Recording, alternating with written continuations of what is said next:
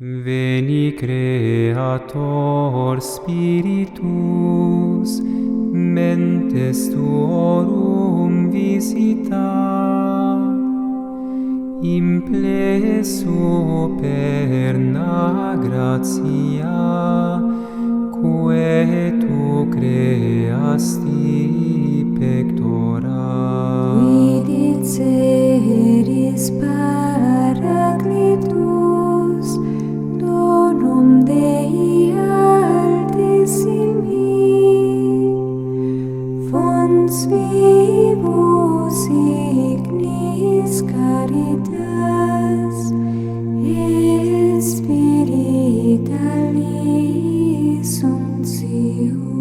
Tu septiformis munere, dextre Dei tu digitus,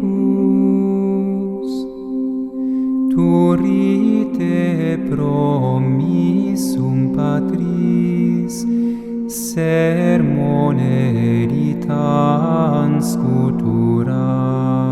Accende lumen sensibus, infunde amorem cordibus, infirma nostri corporis, virtute firmans perpeti. Ostem repellas longibus, pacem querones protinus, ductores sic te previo, vitemus omne noxium.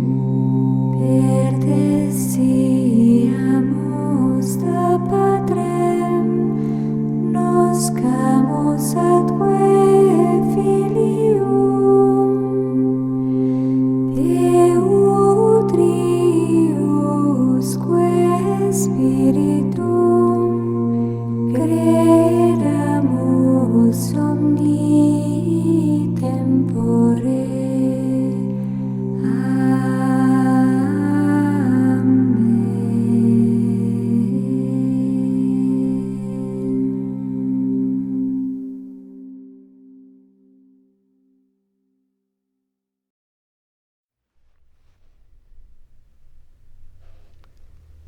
Que são estas chagas? Vida da mística cisterciense Lutgarda de Aivieres, por Thomas Merton. Em tradução das religiosas da Companhia da Virgem. Editora Vozes. Canal Le Conde.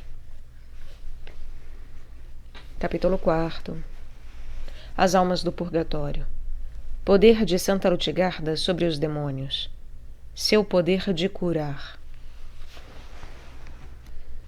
Ouvimos por vezes falar nas provações comuns às pessoas de piedade, secura, aridez na oração, frieza da vontade, como sendo a noite escura do espírito.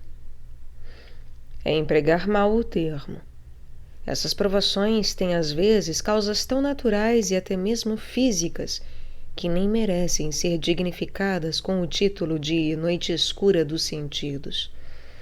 Não devemos qualificar toda crise de depressão e abatimento e toda sombra passageira na imaginação e nos sentidos de noite escura. Do mesmo modo, é muitas vezes difícil julgar, baseando-se em algumas palavras da narrativa de um autor medieval, se o biografado está sofrendo a mais extrema das purificações místicas ou simplesmente a aprovação mais comum do fogo que poupa as faculdades mais profundas da alma, limitando o trabalho aos sentidos interiores e ao apetite sensitivo. Uma nota. Pode-se dizer que a noite dos sentidos só atinge o intelecto e a vontade indiretamente através dos sentidos e do apetite sensitivo. A noite escura do espírito é infinitamente mais terrível, uma vez que fere a alma por dentro dela mesma, e não há meios de saber de onde vem essa perseguição, ou o que ela é.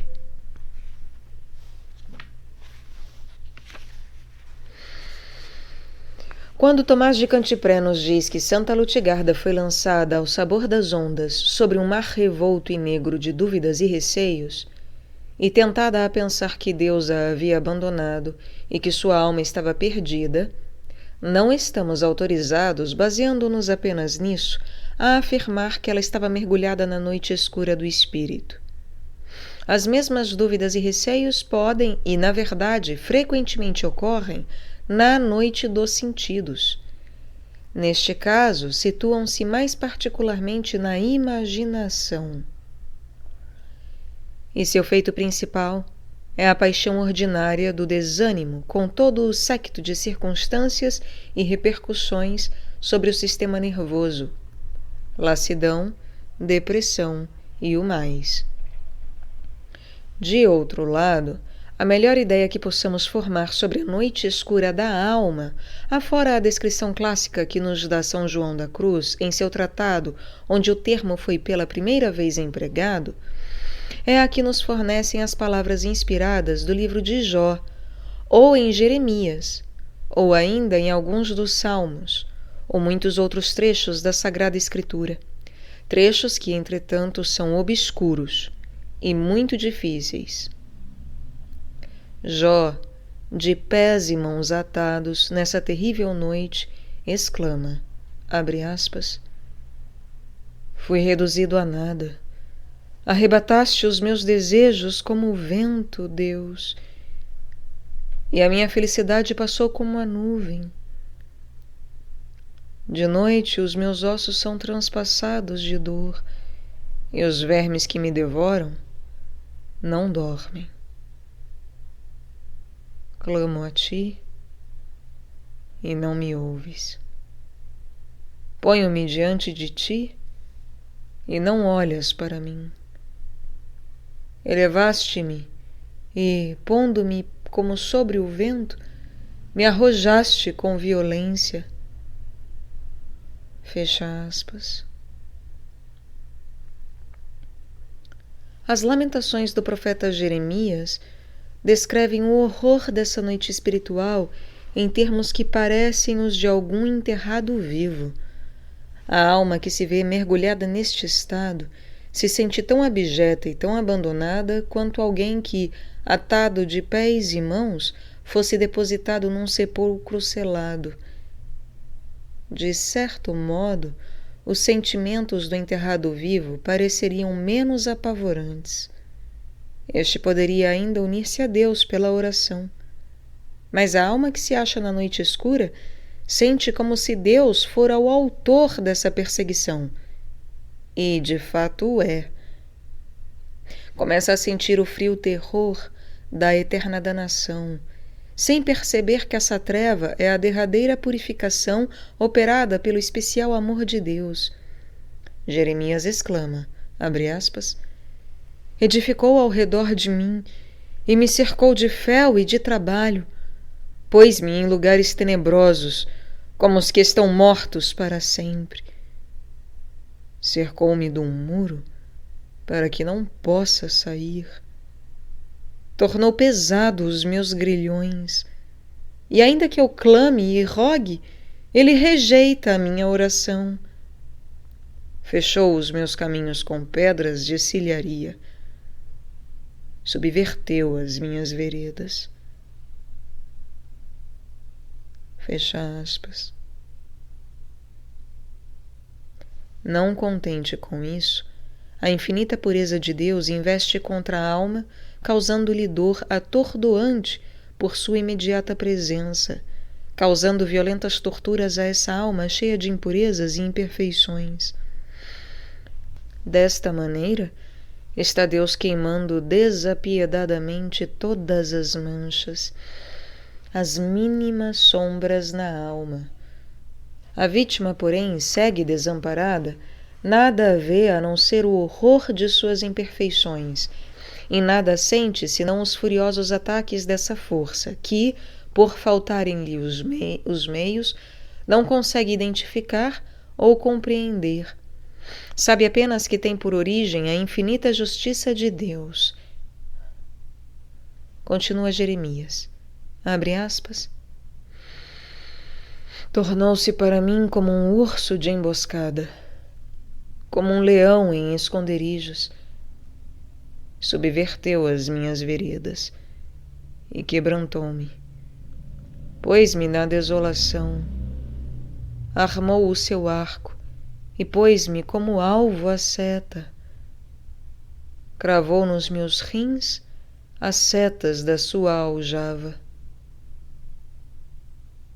Fecha aspas. Jonas, no ventre da baleia, é outro tipo dessa quase insuportável desolação. O próprio Cristo, em Getsemane, e nos derradeiros momentos sobre a cruz, bebeu desse doloroso cálice até as últimas amargas gotas. Porque ele o fez, e somente por isso, é que os profetas e grandes santos puderam receber de Deus a fortaleza especial sem a qual não lhes teria sido possível passar por esse fogo, verdadeiro purgatório, sem que a alma lhes fosse instantaneamente arrancada ao corpo pela indizível angústia dessa experiência. Tudo o que Tomás de Cantipré nos diz da provação por que passou Santa Lutgarda está contido em algumas linhas.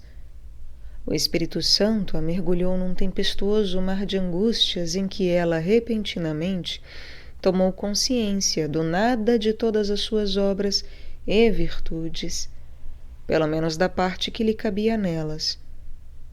Pediu então ao Senhor alguma garantia de que não estava perdida.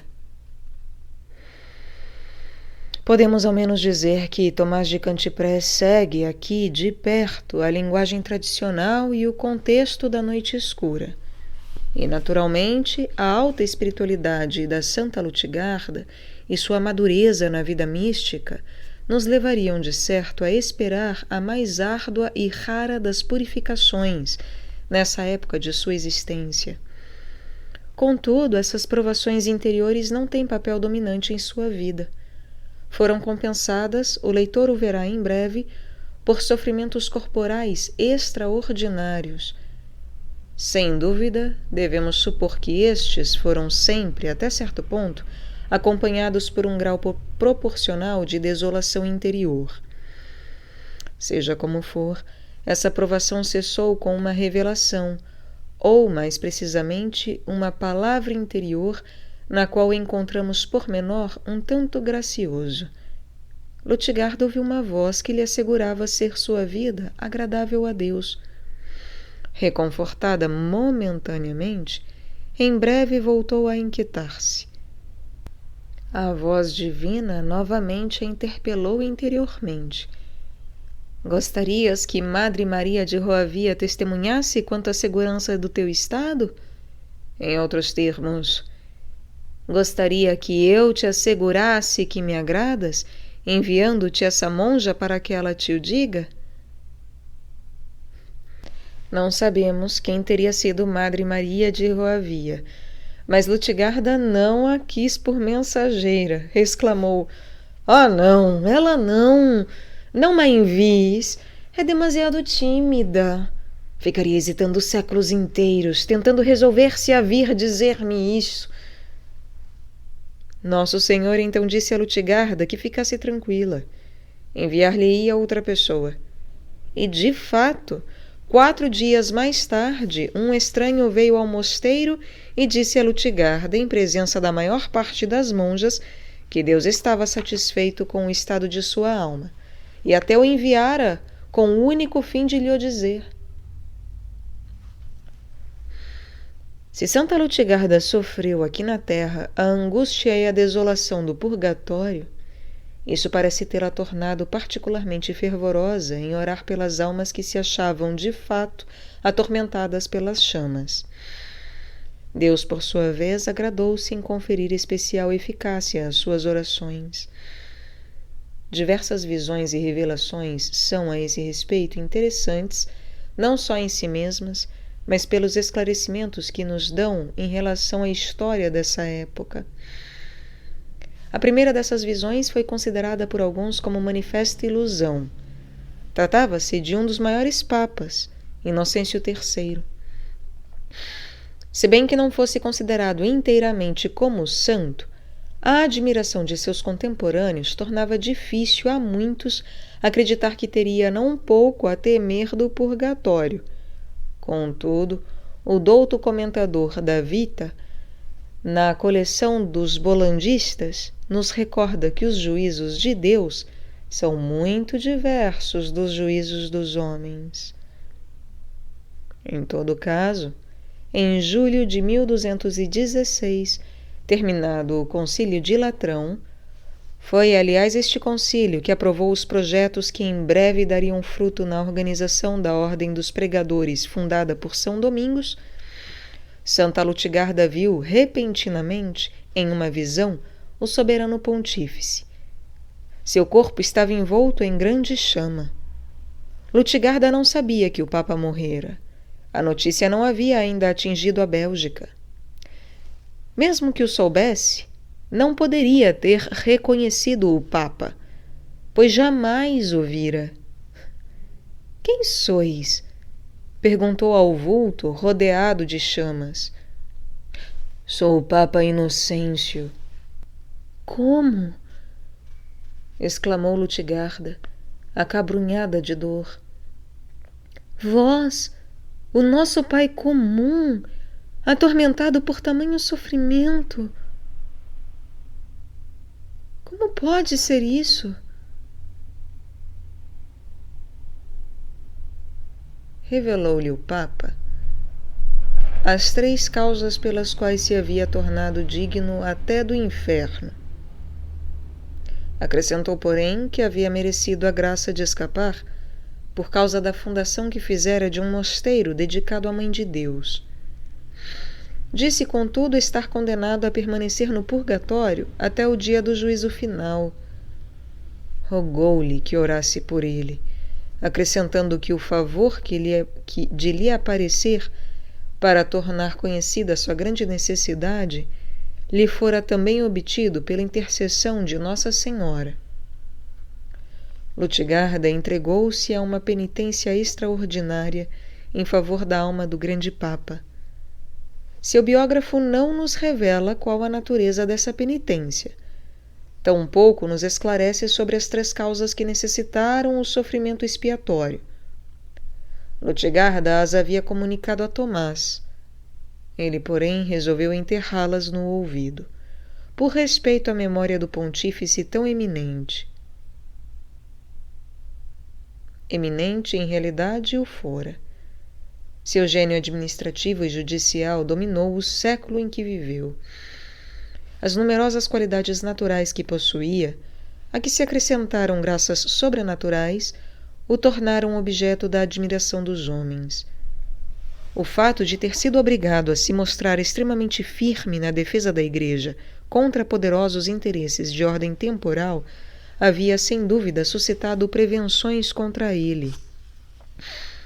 Por vezes tem sido dito que algum eco ou rumor dessa inimizade penetrara possivelmente no mosteiro e no espírito de Santa Lutigarda, influenciando-a, sem que ela o percebesse, nessa visão. O simples fato, entretanto, de que isso não seja de todo impossível, não basta para fazer-nos aceitar como válida a suposição, uma vez que as outras graças místicas de sua vida estão tão bem autenticadas. Por outro lado, é claro, tem acontecido que místicos genuínos se enganem em casos de caráter particular. Como julgarmos, baseados sobre uma biografia um tanto sumária e a uma distância de 700 anos do fato? Não o podemos. Em visão semelhante apareceu o Papa Inocêncio III a Simão Doune. Contemporâneo de Santa Lutigarda, foi célebre por seus dons carismáticos, particularmente pelo conhecimento miraculoso dos segredos da alma. Esse santo irmão leigo cisterciense fora mesmo chamado a Roma pelo próprio Inocêncio III, na época do Concílio de Latrão, isto é, pouco antes da morte do pontífice. O Papa o consultara não somente sobre negócios referentes ao governo da Igreja, mas até sobre assuntos espirituais de caráter pessoal. Mais perto da família cisterciense e de maior proveito como tema de meditação para seus membros, é o caso de certo abade que deveu a Santa Lutgarda ser libertado do purgatório. Nobre e talentoso, originário da Alemanha, entrou para a ordem cisterciense e tornou-se abade de Fueghine. Adepto fervoroso da regra, não conseguia, contudo, compreender a enorme importância do capítulo 73, no qual São Bento condena o zelo amargo que é mau, separa de Deus e conduz ao inferno.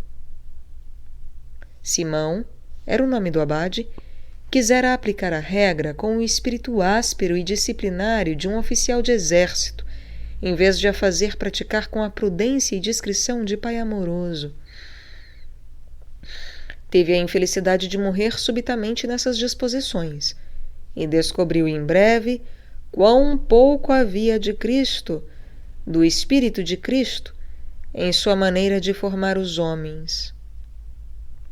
Santa Lutgarda o conhecera antes que ele ingressasse na ordem. Ficou muito aflita com a notícia de sua morte. Começou então a orar, a fazer penitência e a jejuar, rogando com instância ao Senhor que o libertasse. Recebeu em breve uma resposta. A voz divina assegurou-lhe que suas orações eram favoravelmente aceitas e que tudo correria bem para o amigo. Lutgarda, porém, não se satisfez com tal vaga afirmação. Não lhe bastava saber que ele poderia sair do purgatório sem muita demora. Queria saber que ele se achava definitivamente no céu. Até então não podia descansar, e, voltando ao assalto, suplicou ao Sagrado Coração que a privasse de quaisquer consolações que lhe houvesse destinado, e as concedesse todas à pobre alma sofredora do abade de Fueghine. Não lhe reteve mais o Senhor a caridade em suspenso. Apareceu-lhe sem demora, trazendo em sua companhia a alma por quem intercedera com tão insistente amor. Enxuga as lágrimas, minha amada, disse-lhe Jesus. Aqui está ele, hein? Lutgarda prostrou-se com a face por terra, adorando a misericórdia de Deus e bendizendo-o por sua bondade. A alma do abade Simão, exultando e louvando a Deus, agradeceu a benfeitora, que o viu elevar-se ao céu. Não devemos imaginar essas visões de almas desencarnadas como passando diante do espírito, talvez mesmo diante dos olhos, de Lutgarda, sem deixá-la comovida até o fundo da alma com sentimentos de admiração, amor e temor. A mais apavorante experiência foi talvez a que experimentou quando sobrenaturalmente informada da morte da própria irmã. Um dia ouviu, repentinamente no ar, acima de sua cabeça, ressoar terrível grito de mulher em grande angústia. Tem piedade de mim, caríssima irmã! Tem piedade de mim, e ora por mim, e obtém-me misericórdia como obtiveste para todas aquelas outras almas. Pouco depois chegou-lhe, por meios ordinários, a notícia da morte da irmã, confirmando o que ouvira. Ainda o piedoso sacerdote João de Lierre, a conselho de quem ela entrou para Aivieres. Não teve ele que apelar para Lutgarda do purgatório. Essas duas santas almas haviam feito um pacto, no qual prometeram-se mutuamente que o primeiro a morrer apareceria ao outro para avisá-lo. Não é um gênero de acordo que possa ser feito para qualquer pessoa, por qualquer pessoa, de modo irrefletido. Nem recomendaríamos coisas semelhantes ao interesse e à atenção dos que desejam progredir na vida de oração e união com Deus. Afinal, o importante é a união com Deus, e não diálogos com almas do purgatório, ou mesmo vindas do céu.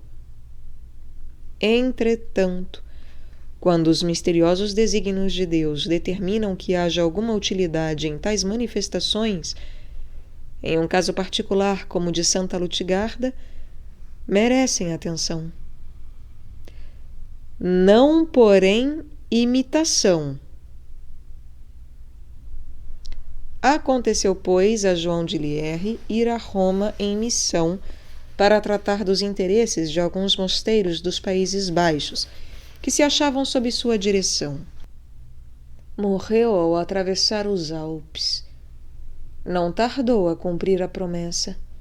Apareceu a Lutgarda nos claustros de Alvieres.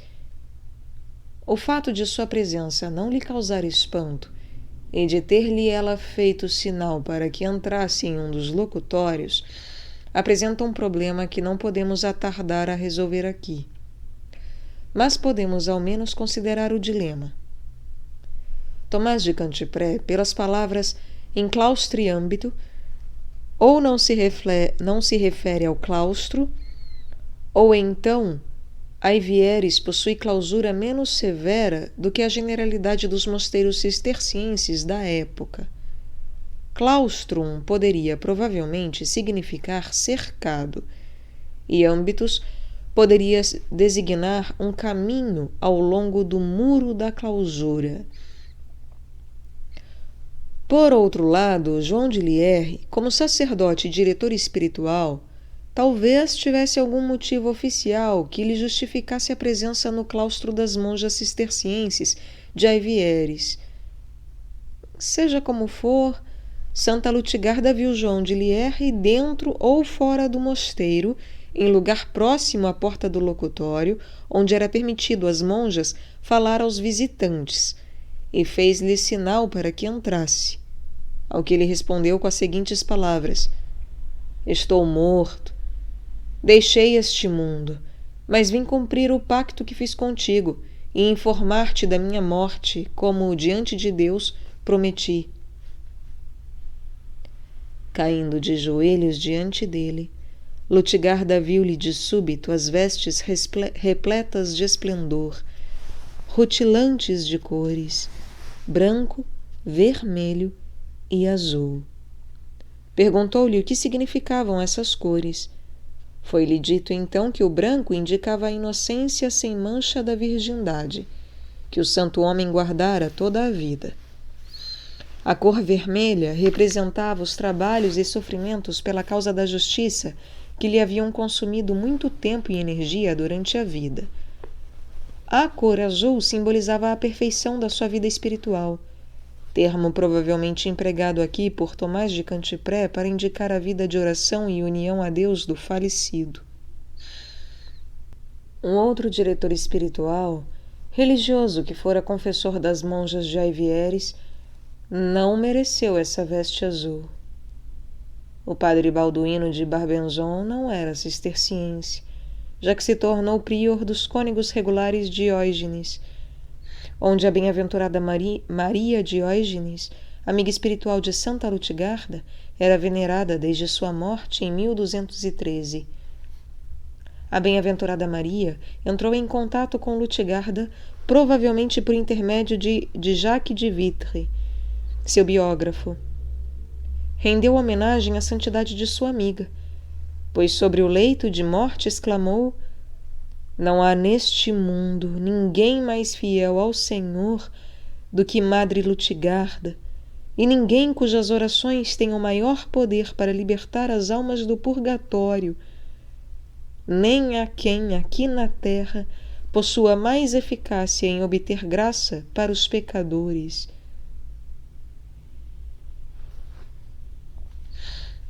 Balduíno de Barbenzon, de quem estamos tratando, cometeu o erro de se deixar envolver demasiadamente em negócios mundanos. Absorto em assuntos temporais de caráter aparentemente pouco honestos, foi de súbito acometido por moléstia mortal. Em pouco tempo achou-se às portas da morte. Ao sentir fecharem-se sobre ele as portas do abismo, pediu-lhe dessem uma relíquia da Santa Reclusa, a bem-aventurada Maria. Suplicou-lhe com grande instância que lhe obtivesse misericórdia.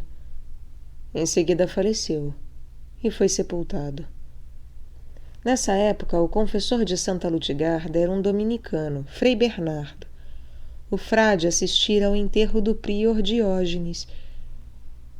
De volta a Aivieres, encontrou-se com Lutgarda, que lhe disse: "Então o padre Balduíno está morto." "Morto e enterrado", respondeu o sacerdote surpreso, e indagou da monja como o sabia. Respondeu-lhe que a bem-aventurada Maria Diógenes lhe aparecera e urgira com ela para que se levantasse sem demora e orasse instantemente pelo amigo de ambas, que naquele momento devia comparecer em juízo diante de Deus para dar contas de todas as suas omissões e de todas as suas comissões. Não nos dizem exatamente quais eram estas, nem precisamos indagar. Lendo nas entrelinhas de Tomás de Cantipré, é evidente que deixara esfriar o seu fervor, tornando-se um daqueles clérigos mundanos, interessados mais pelo dinheiro, pela boa mesa e pelo seu próprio bem estabelecido conforto, do que pelo serviço de Deus e das almas. Abre aspas. Considerai com que severo juízo são julgados os que, de acordo com a palavra de Isaías, forjam a espada da palavra de Deus na relha do arado dos negócios temporais. Jogam para longe as lanças da invectica contra o pecado, para recolher uma colheita de delícias e desfrutar uma paz que, inevitavelmente, com o tempo, os abandona. Fecha aspas. E agora, uma difícil e interessante interrogação surge a respeito dessas visões. Que via exatamente Santa Lutgarda? Em 2 casos viu um espírito, um nas chamas do purgatório, o outro a caminho da glória. Ouviu ainda uma voz. Não sabemos o que viu quando Maria Diógenes lhe apareceu.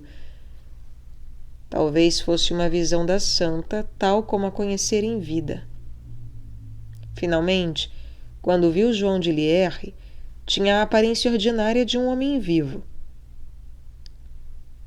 Pondo de lado, por enquanto, o caso da voz, consideremos brevemente as visões. O problema é duplo. Os teólogos místicos estão geralmente de acordo em manter que a visão essencial de um espírito angélico ou de uma alma desencarnada não é para esta vida. Mas, por outro lado, as almas do purgatório e os santos no céu não possuem corpos. Quando, portanto, aparecem revestidos de um corpo, esse corpo será objetivamente real? E se o é, de onde vem? Ou será a visão puramente subjetiva? Quando Santa Lutgarda viu João de Lierre, acreditou estar vendo um homem que vivia a vida normal. Foi essa uma visão corpórea ou material? Uma das visões místicas que, em si mesma, é das menos perfeitas concedidas ao homem nesse mundo, embora possua certa perfeição no sentido de que nos é a mais estritamente connatural, isto é, mais conforme ao nosso modo ordinário de ver.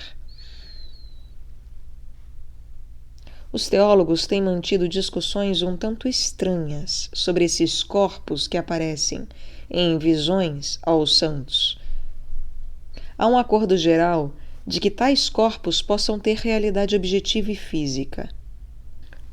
Santo Tomás, falando nas aparições miraculosas de Cristo no Santíssimo Sacramento, por exemplo, sob forma de criança ou coroado de espinhos, como foi visto pelos fiéis em Herkenrode, exprime a opinião de que, quando essas visões aparecem a várias pessoas ao mesmo tempo e duram muito tempo, têm provavelmente por causa uma imagem objetiva e real, miraculosamente presente, embora não seja de fato o corpo glorificado de Cristo. Quando, porém, são vistas por uma pessoa apenas, crê o doutor Angélico ser mais seguro opinar que a imagem é causada por Deus, subjetivamente, no órgão visual daquele que vê. A discussão do assunto degenera, graças a teólogos de segunda categoria, em fúteis especulações para saber se os corpos dos santos que aparecem nessas visões são formados pelo trabalho dos anjos, e se assim é, de que são feitos, de átomos sutilíssimos, de ar comprimido, de raios de luz, e daí por diante. É significativo o fato de o grande teólogo místico São João da Cruz, ao falar das visões corporais, não se deixar embaraçar por questões tão vãs. Diz-nos simplesmente que, de qualquer forma, essas visões têm pouca importância e que devemos ignorá-las e não lhes dar a mínima atenção. Dessa maneira, evitaremos os enganos do demônio e de nossa própria imaginação.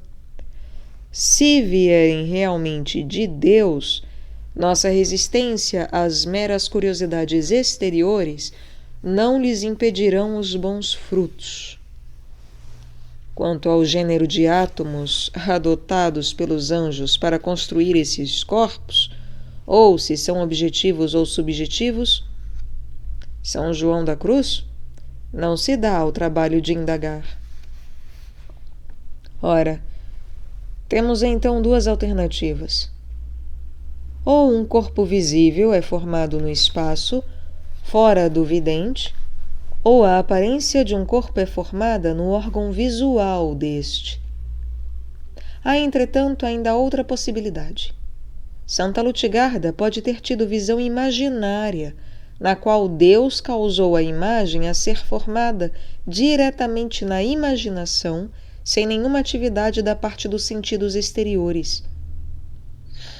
As visões que teve das almas do Papa Inocêncio e de Simão, abade de Foigine, poderiam pertencer a essa categoria, e provavelmente a de João de Lierre também. É, no entanto, possível que, quando Santa Lutigarda viu as duas almas desencarnadas e viu Nosso Senhor e a bem-aventurada Maria, essas visões foram espirituais. Nesse caso, seu intelecto teria sido diretamente iluminado pela luz divina, e ela teria visto as almas de um modo que se aproximaria da visão essencial que nos será dada pela luz da glória. As visões espirituais ou intelectuais revelam à alma, por súbita e refulgente intuição, a natureza íntima das pessoas e das coisas. As visões espirituais ou intelectuais revelam à alma, por súbita e refulgente intuição, a natureza íntima das pessoas e das coisas. Não somente são muito mais perfeitas em si mesmas do que visões imaginárias e corpóreas, como elevam-se acima da esfera em que o demônio ou a nossa natureza inferior podem penetrar para nos iludir. Por outro lado, não devemos supor que, como são em si mesmas mais perfeitas, causem necessariamente maior impressão sobre quem as vê. Numa alma excepcionalmente purificada, terão, sem dúvida, efeito maior. Comumente, porém, visões imaginárias são as que impõem com mais força a nossa natureza, por causa da mescla de razão e sensibilidade que a compõem. Efeitos muito mais impressionantes podem ser produzidos na imaginação do que no intelecto. É por isso que o demônio, como o faz notar São João da Cruz, prefere a imaginação a todos os outros campos como esfera de atividade para iludir as almas. Portanto, para terminar essa digressão, admirando embora o trabalho operado por Deus na alma de Santa Lutgarda, por meio dessas visões, não temos que invejá-la, nem tentar imitá-la por esses meios. Aliás, nossos esforços seriam inúteis. Tais coisas estão inteiramente além da nossa capacidade. Em vez de solicitar a perniciosa assistência do demônio desejando-as, faremos melhor em nos aplicar à união com Deus por uma fé perfeita e um amor puro. A esse respeito, o exemplo de Santa Lutgarda é de muito maior valor, pois afinal essas visões não tinham em si mérito algum. Era a ardente caridade que a animava, a paciência fervorosa e perseverante em orar pelas almas e em assaltar as portas do céu com penitências, jejuns e súplicas em favor delas, que lhe inundava a alma de graça e a unia cada vez mais a Deus, por meio de novas aspirações e preces pelos membros da Igreja padecente. Seja onde for que o Espírito Santo, por meio de seus 7 dons e das gratiae gratis date, trabalhe nas almas para produzir a superabundância da vida mística, como estava fazendo no tempo de Santa Lutgarda nos Países Baixos, para os contemplativos, as reclusas e pessoas piedosas vivendo no mundo, tenta o demônio frustrar essas almas, transformando seu amor a Deus em amor do misticismo em si. É difícil, mesmo ao mais sincero, aos mais sinceros e vigilantes, resistir à sutil tendência do amor próprio a tudo apropriar-se. A oração pode tornar-se muito facilmente procura assídua e presunçosa de tudo que nos faz aparecer como grandes em nossa própria estima e na dos outros. Havia em Aivieres certa monja que se deixara iludir pelo anjo das trevas, e sob essa hábil e lisonjeira direção trilhava o caminho do falso misticismo. Um dia em que Santa Lutgarda rezava por ela, ouviu a voz divina: Illuminare is qui in tenebris et in umbra mortis sedent. Lutgarda estava familiarizada com as palavras latinas. Não lhes conhecia, porém, o sentido, embora as recitasse ao menos 2 vezes ao dia durante a maior parte do ano. 3 vezes, se as monjas rezavam o pequeno ofício. Teve de interrogar outra monja para descobrir o que significavam. Para iluminar os que jazem nas trevas e na sombra da morte. Contudo, isso não a esclareceu sobre o que devia fazer. Voltou, porém, à oração, com renovado fervor. Subitamente apareceu-lhe um demônio que lhe declarou: sou o espírito da mentira que iludiu aquela monja. Lutgarda não aceitava explicações do diabo, nem mesmo se lhe acontecesse confessar que era mentiroso. Aliás, um espírito mentiroso bem poderia escolher uma declaração dessas como um meio novo e sutil de perpetrar alguma ilusão. Mas ela não o temia. Parece ter possuído serena confiança num poder especial para impor-lhe obediência, aliás, implícita pelo próprio fato da revelação que ele lhe fez, pois, se era verdade, só podia ser atribuída à ação direta e coerciva de Deus. Ordenou, portanto, ao demônio: vai procurar o irmão Simão no mosteiro de Oune e diz-lhe o que acabas de me dizer. Veremos se ele dá testemunho da veracidade do que declaras.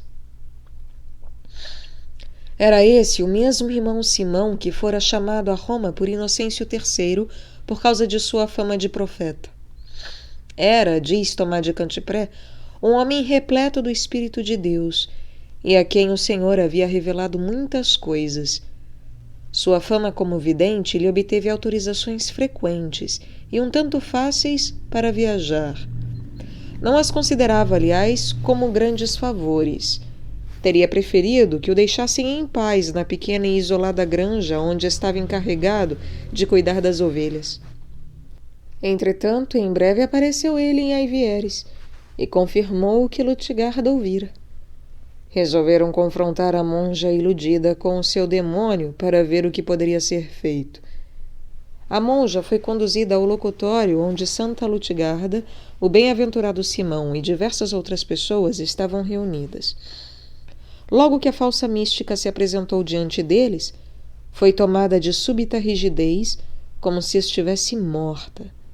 Seus membros se tornaram tesos como madeira. Parecia ter ficado instantânea e inteiramente regelada.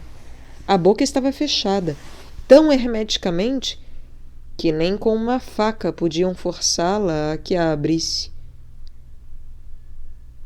Queria o seu demônio ter a certeza de que não responderia a nenhuma pergunta. O espetáculo era tão aterrador que encheu o coração de todos os presentes de frio terror. Caíram todos de joelhos implorando a Deus que auxiliasse a infeliz irmã. Incidentes como este são frequentes nas vidas dos santos, mas o que lemos a respeito é muito esquemático. Acostumamo-nos então a estas histórias e perdemos o sentido da horrível realidade da existência dos espíritos das trevas e de suas obras. Tendemos demasiadamente a ter por garantia a especial proteção de Deus, que impede a imensa malignidade dos poderes infernais de descarregar o seu ódio sobre nossas almas e nossos corpos na medida de seus desejos. O poder do demônio não foi capaz de resistir à força das orações, que naquele dia subiram até Deus. O corpo da infeliz se distendeu, seus membros retomaram vida. Conseguiu abrir a boca e tomar algum alimento. Desde aquela hora viu-se libertada do espírito da mentira. Já que era, apesar de tudo, monja sincera e digna, aproveitou da experiência, que lhe deve ter ensinado bastante humildade e prudência. Tomás de Cantipré a conhecia bem e dá testemunho de que se tornou monja exemplar, não somente esclarecida sobre as trevas em que havia caminhado, mas também sendo luz para muitas outras. Outra monja cisterciense, cujo mosteiro não é mencionado, sofreu longos anos fortíssimas tentações da carne. Era, no entanto, virgem castíssima e inocente.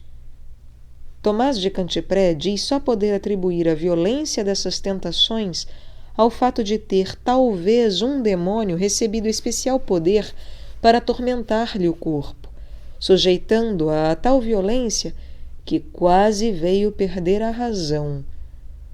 Por vezes, parecia até que o demônio estava a ponto de lançá-la fisicamente para fora da porta do mosteiro, precipitando-a assim no pecado. Podemos acreditar na palavra de Tomás em relação a esses paroxismos. Devemos, contudo, ao mesmo tempo, lembrar-nos de que certos temperamentos deixam que a imaginação e as emoções se perturbem a tal ponto com os movimentos naturais da carne que chegam a fazer que um fenômeno normal e físico se transforme exageradamente numa tempestade do espírito.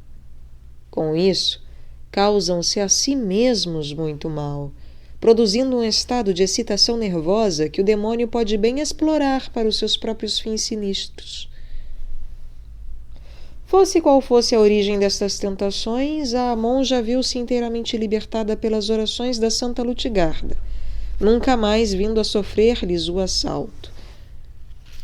Lutgarda sentia-se movida por particular caridade em favor dos agonizantes. Não se contentava em orar por essas almas de um modo geral, mas era especialmente zelosa em visitar as moribundas na enfermaria do mosteiro. Dava-lhes toda a assistência espiritual e material a seu alcance. As tradições da piedade católica devem manter-nos vivamente conscientes da realidade que, na hora derradeira da nossa vida, quando estivermos física e espiritualmente desamparados e praticamente incapacitados de rezar, teremos grandemente necessidade de companhia e orações. É mais do que nunca nessa hora que o demônio procura tirar proveito de nosso estado para, num último e furioso esforço, tomar posse da alma que vê escapar-se para sempre de suas garras. Certa vez, na enfermaria do mosteiro, jazia moribunda uma religiosa. Ao começar a agonia, a comunidade reuniu-se para recitar junto dela as orações que, na ordem, acompanham um cisterciense às portas da morte. Santa Lutgarda viu, nesse momento, o demônio. Lívido de raiva, passou apressadamente perto dela. E, ao sair dali, exclamou: "Eis que eu atormentava aquela alma. Chegou, porém, esta turba de monjas, e nada mais pude fazer contra ela." Resumindo as experiências de Santa Lutgarda com o diabo, Tomás de Cantipré diz que frequentemente os demônios se aproximavam dela e lhe pronunciavam algo de penoso e triste. Ela então cuspia-lhes no rosto, ou, se tornavam por demais aborrecidos, afastava-os com o sinal da cruz. De fato, acrescenta, eles a temiam a tal ponto que não ousavam aproximar-se do lugar onde na igreja ela rezava, como não o fariam de um ferro em brasa. Embora não compreendesse o latim, a maneira mais eficaz que empregava para afastar o demônio e suas tentações era recorrer a alguns versículos de um salmo. Por exemplo, Deus, in auditorium meum intende. Ó Deus, vinde em meu auxílio. Era tal a firmeza de sua fé no poder das palavras, mesmo materiais, da revelação divina, que tirava maior proveito da Escritura Sagrada que muito teólogo erudito, porém menos santo. A bem-aventurada Maria Diógenes profetizou sobre o leito de morte que Lutgarda haveria de obter de Deus muitas curas milagrosas em favor dos fiéis, após haver passado desta vida ao céu. Disse também que, mesmo antes disso, operaria diversos milagres de ordem espiritual. Dizia a verdade. Mas verdade também foi que, mesmo nesta vida, Santa Lutgarda operou diversas curas milagrosas. Certa mulher tinha um filho chamado João que era epiléptico. Uma noite, em sonho, ouviu estas palavras: "Vai e procura a Madre Lutgarda, que vive em Aivieres. Ela livrará o teu filho de sua enfermidade." A mãe, no dia seguinte, sem demora, levantou-se e levou o filho a Aivieres.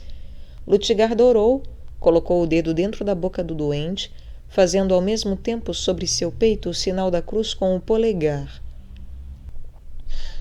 Daquele dia em diante, o menino ficou inteiramente curado. Havia em Aivieres certa monja de nome Elizabeth. Seria difícil dizer se era esta a santa religiosa Elizabeth de Vans, a quem Santa Lutgarda apareceu depois da morte. Que havia muito achava-se recolhida à enfermaria acometida de estranha moléstia. Tudo o que sabemos a respeito se resume em 2 fatos. Primeiro, quando tentava levantar-se da cama, imediatamente caía, tal o estado de fraqueza em que se achava. Segundo, devido a essa extrema fraqueza, devia ser alimentada a intervalos frequentes, dia e noite, para que de todo não perdesse as forças. Um dia, Santa Lutgarda, que, com seus jejuns de 7 anos, estava ao extremo oposto da infeliz Elizabeth, acabava de comungar e via-se tão cumulada de consolações que lhe era fisicamente impossível comer coisa alguma. Era domingo, e o almoço seguia imediatamente ao ofício da sexta, cantado após a missa conventual, em que, na Idade Média, era distribuída a Sagrada Comunhão a todas. Esperaríamos, talvez, que Lutgarda se queixasse da situação.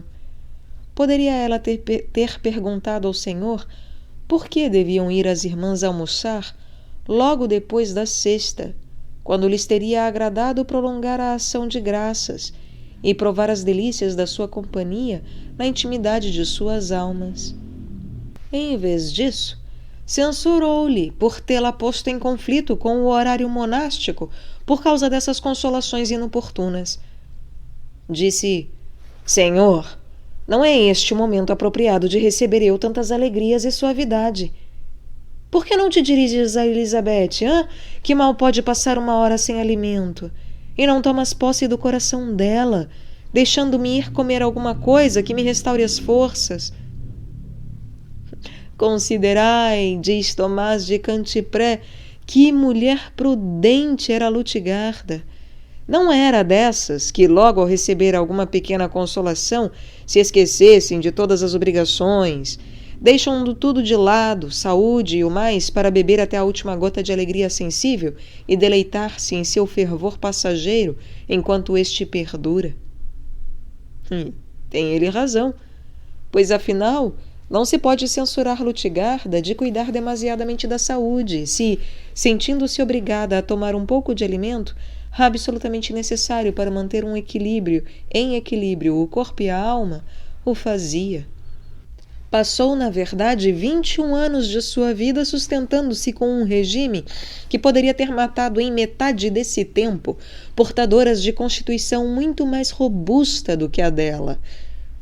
É inteiramente evidente que, preferindo a vontade manifesta de Deus nesse dever claríssimo de cuidar, ao menos em mínimo grau, da própria saúde, Lutgarda cumpria algo de muito mais agradável ao Senhor do que teriam sido suas orações. Agradamos a Deus, não por nossos sentimentos de fervor, e sim pelo sacrifício de nossa vontade própria. Não são nossas palavras doces que Ele quer, mas o nosso amor, em atos e em verdade. Consequentemente, quando Lutgarda sacrificava as alegrias inebriantes de uma união quase estática com Deus, que é a própria fonte de toda a vida e de todo gozo, para cumprir um dever em que encontrava muito pouco prazer, e isso apenas para manter, por amor a Ele, a saúde de um corpo do qual teria sido feliz de se separar, oferecia ao Senhor um sacrifício extremamente agradável.